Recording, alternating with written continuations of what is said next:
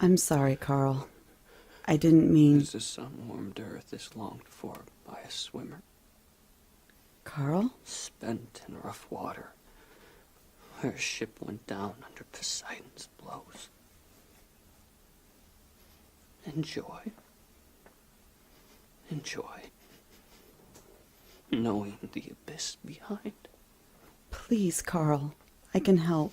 And she too rejoiced. Her gaze upon her husband. Listen to me. I can help. Wet arms around him. Pressed as though forever. We can help each other. How? We can talk.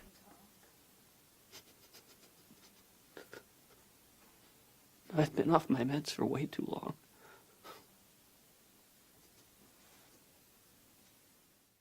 And so obviously the movie you keep mentioning, Athena, I believe it was facebook.com/Athena movie. Yes, thank you very much. Facebook.com/Athena movie. That is correct. Well, tell us a little bit about it. What's the premise? What's the effort?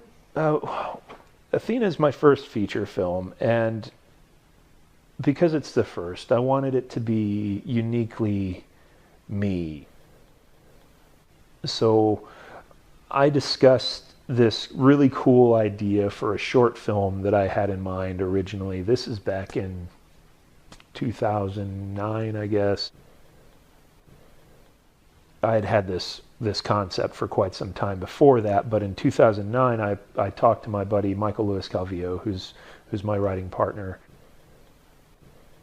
and I gave him all of these specifics, all these things that I wanted to see happen in this short, because that's where it was originally. It was a short film, which I thought was going to be titled Sinus Pressure. I am not as much as I used to be, but am a allergy sufferer. So I was always thinking, where do those allergies come from, or wouldn't it be cool if this caused them, or whatever. So it's all very nasal oriented.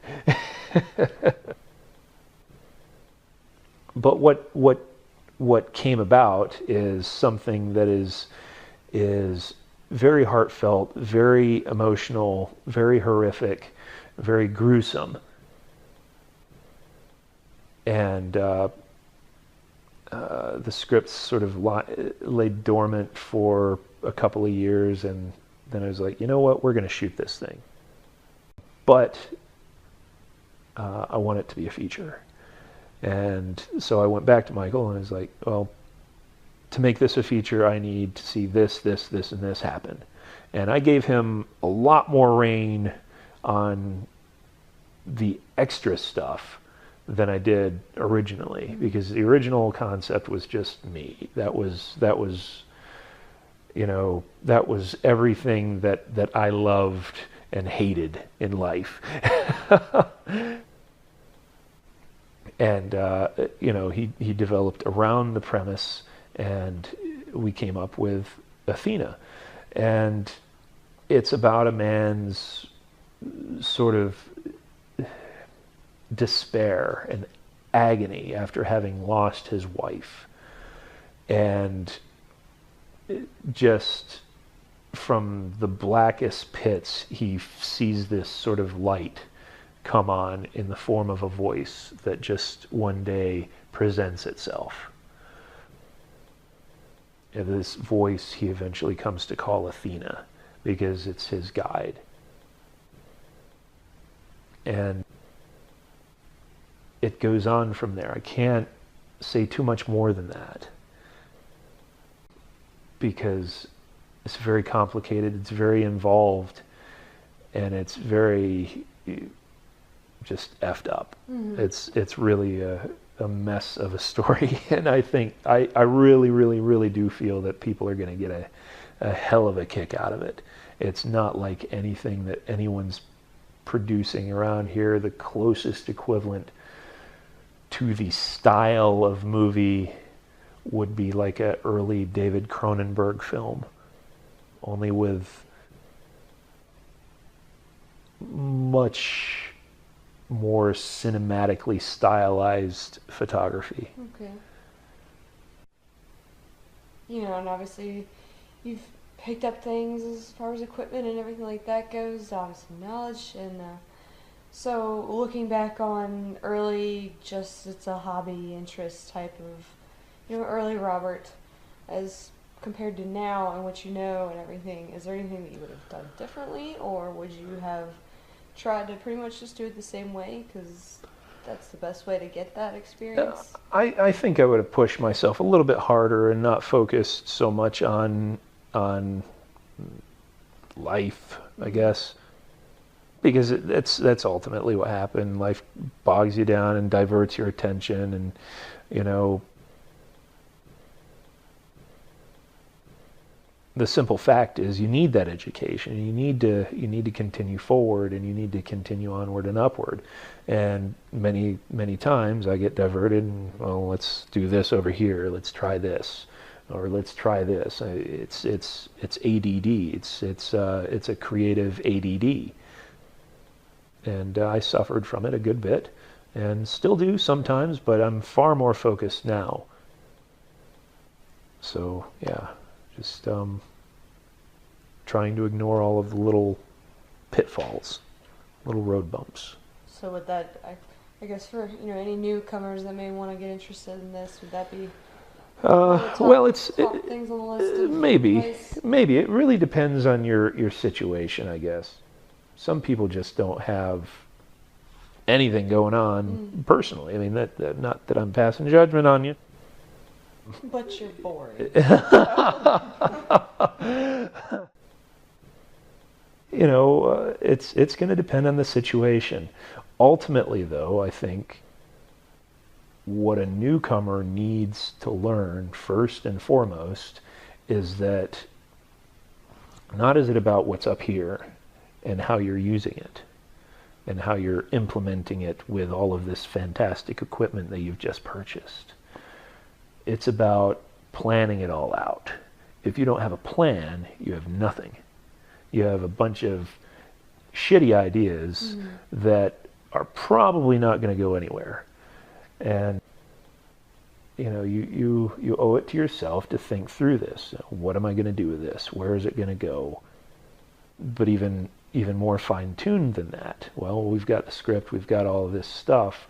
Okay, we're not ready to shoot. We need to go get locations. We need to make sure that our equipment is supplemented. We need to make sure we have qualified actors or talent in all of the proper places.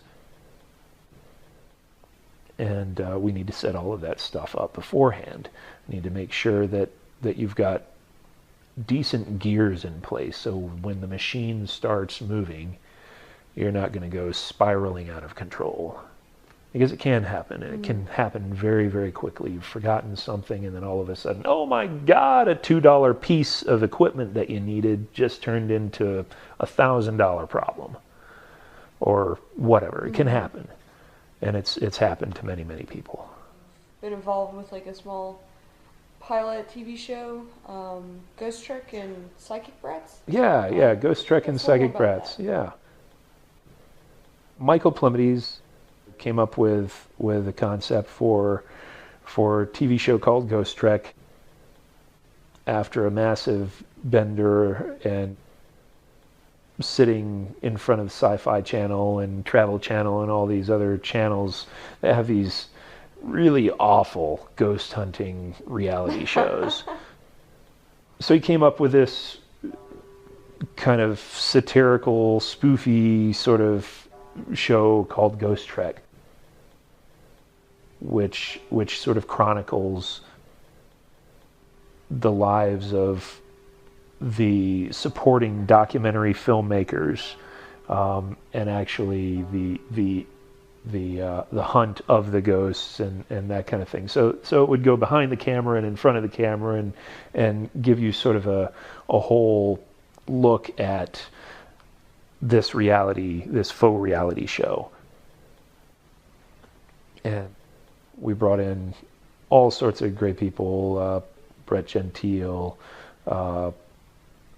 Michael Melendez, And we brought in some reality TV show stars like Mikey Bortone and Johnny Fairplay from Survivor. Brought in some wrestlers, Glenn Gilberti. So we brought in a lot of really cool and interesting and talented people to pull this off, and we came up with a 22-minute pilot, all told, and it's in the process of being picked up for hopefully to be made into a full-fledged TV show and distributed. And then Psychic Brats is sort of a spin-off show of Ghost Trek based off of a character called Guy Swisher. And it's stylistically a very, very different approach. Whereas Ghost Trek, I shot it and had the mentality to be just a reality TV show. I wanted Psychic Brats to be something totally different. I made it very, very cinematic. So there's a very different look from one to the other. And so we did that as just a sort of a promo piece, like a 5-minute promo piece, as opposed to doing a full-fledged episode, because we were cutting costs down, because that's apparently what people want to see. They want to see it in a nutshell, not as it would hopefully exist. So there you go. Those things are actually wrapping up their film festival run, and they've had some good success, have been winning some really cool awards and recognition, and there you go. What about your involvement with the Wright on America? Wright on America, yeah. Buddy of mine, Scott Perry, met him when I was shooting the Abominations teaser. He was my Abomination. And he's not really in real life. He doesn't even go by that anymore. We used to call him Abomination, but no more. Anyway, he's an avid motorcycle enthusiast. He owns a beautiful motorcycle himself. He had a concept for this motorcycle show that he wanted to pitch to network TV. So he came up with Wright on America. And basically it entailed going to a number of these biker conventions and rallies and all, and just documenting all of the cool stuff that went on. From the naked chicks to the... No, I'm kidding. There are no naked chicks. I'm kidding, there are. But there aren't. So... it was all documentary based, and my thought process on the thing was, well, everyone's doing their style of documentary, so this is going to be mine. Brought my glide cam into it. Everything is camera stabilized, running around, following bikes with a glide cam. Took out a mailbox or two with the thing, because you just can't tell how close you are to those things apparently when you're running with a glide cam. You just running along and then wham! Take out a mailbox. Sorry, insurance claim. So, I put a little spin on the whole reality TV thing. And that was sort of everything that I do is about training myself for the next thing. And I figured, well, I've got this fantastic new piece of equipment, but I have no earthly idea how to use it effectively. So why not throw it into the mix and use it as my principal tool on this project that is very, very necessary to be done properly. So I did, and it turned out very well. And it wouldn't have nearly the identity that it does if not for that. But it's in post-production right now, and Scott is also pitching it to a couple of networks and getting it ready for, hopefully, distribution. Who knows? Who knows about these things? Anything that's done on spec like we do it, you never can tell. It's always a crapshoot. You know, you're asking all of your friends to invest their time and sometimes their money and gas and all that sort of stuff in your dreams. And it's the same thing with these feature films that people are doing, or these short films that people are doing. You're asking everybody to invest their whatever, time, money, gas, you name it, into your project, basically into you, in the hopes that you're going to be able to do something with it, or they're going to get a reel out of it, or something. And I think that should be the goal of every independent filmmaker. If you can do nothing for your people, the thing that you should strive to do is give them a good reel, because that's ultimately what they're doing it for. So even though you may just be playing around, even though you may just be testing the waters or whatever, make sure your people have something that they can show and be proud of. There's no one way to skin a cat. It's going to be different for every single thing that you do. For everyone out there, it's going to be totally different. My success, if there ever is anything, is going to be totally different from the next guy's success. If they tried to retrace my steps, they will probably not find success, if I did. And if I didn't, if they retrace them, they may find success. It's all about timing. The luck of the draw.